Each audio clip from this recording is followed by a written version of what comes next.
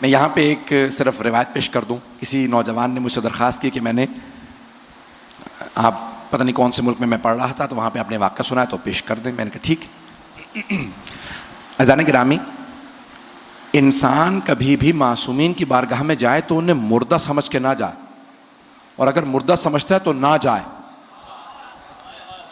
मैं एक वाक़या वो रिवायत पेश करना चाहता हूँ, बल्कि रिवायत नहीं है, आयत है कुरान की।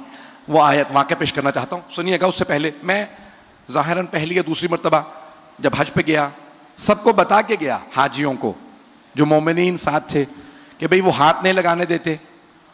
जब अंदर जाना रोज़ा रसूल पे हाथ ना लगाना, इशारे से ज़ियारत पढ़ लेना। हाथ लगाओगे तो वो फ़ौरन धक्का देते हैं, रोकते हैं, और अगर हाथ में छड़ी हो तो छड़ी मार देते हैं और फ़ौरन आवाज़ देते हैं बिदअत। सारा मूड ऑफ हो जाता है, इंसान का माहौल ख़राब हो जाता है। तो अच्छा, इंसान सबको बता रहा होता है, खुद कई मरतबा भूल जाता है कि भाई ये रोकेंगे। तो मैंने कहीं अब गलती से, क्योंकि मुझे पता था कि फ़ौरन रोकेगा, धक्का भी देगा, मैंने जैसे ही ज़री या उस दरवाजे पे पहुंचा जहां रोज़ा मुबारक के हज़रत सरवर कायनात, तो बिला इख्तियार मेरा हाथ एकदम से ज़री की तरफ बढ़ा। जैसे ही मैंने हाथ रखे और चूमने की कोशिश की, उसने कांधे पे हाथ रखा, कहा मश फ़ायदा, इसमें क्या फ़ायदा है? अरबी में कहने लगा क्या फ़ायदा है इसमें? अच्छा, अब मैं उस वक्त आंखों में आंसू थे, मैंने कहा बहुत, कहा कल्लिम, बात कर, आ जाओ। शुरतों को कहने लगा आ जाओ, हम इससे बहस करते हैं, कह रहा है कि बहुत फायदा। तो मैंने कहा भाई सुन, मैं पाकिस्तानी नहीं हूं, बरतानिया का पासपोर्ट रखता हूं, मुझे पता है तुम्हारा बाप कौन है।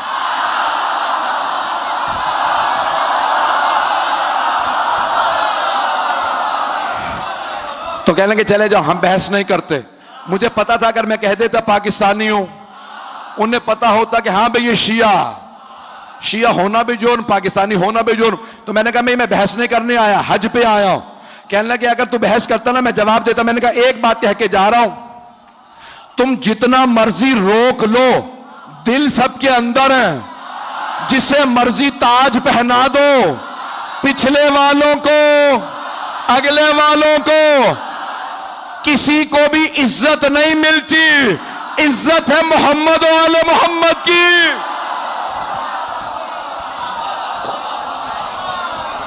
इज्जत आले मोहम्मद की है। अज़ीज़ान गिरामी, सारे मुसलमान रुकते हैं रोज़ा रसूल पे, जन्नतुल बकी। अब मैं रिवायत पेश कर रहा हूं, अगर सुनना चाहेंगे। वो कह रहे हैं पढ़ते रहिए, 1:30 बज गया।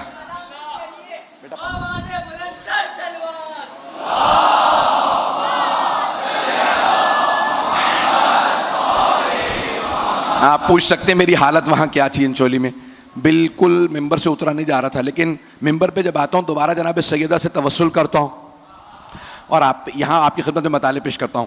अब ये कुरान से पेश कर रहा हूं। जिंदा समझ के अंबिया की जियारत करें, सुनेंगे? जिंदा समझ के अंबिया की जियारत करें। मासूमीन की जियारत जब भी जाएं जिंदा समझ के, और सलाम जिंदों को किया जाता नहीं है।